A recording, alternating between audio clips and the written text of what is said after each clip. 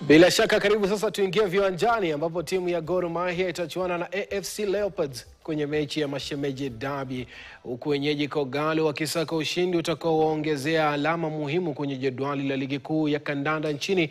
Mechi hiyo itaandaliwa tarehe 2 mwezi Juni katika uwanja wa Raila Odinga katika kaunti ya Homa Bay. Tunajua mechi ni muhimu sana kwetu wachezaji na pia mafans. Ukiangalia Gor Mahia pia ni timu nzuri, wako wanashindania ligi ubingwa, lakini sisi kama FC Leopards tumejiprepare na tunatumai kwamba tutapatiana kadri na uwezo wetu. Lakini inaenda pali penye watu wanafeel mafano FC wanafeel it's a hostile place.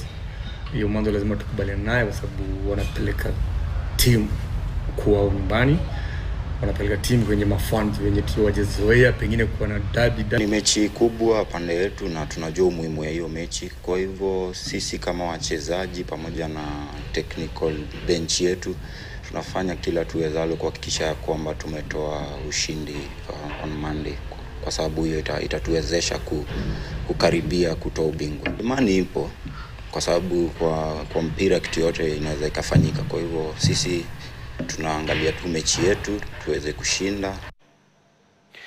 Jumla ya waendesha baiskeli 21 na wakwea vijilima 10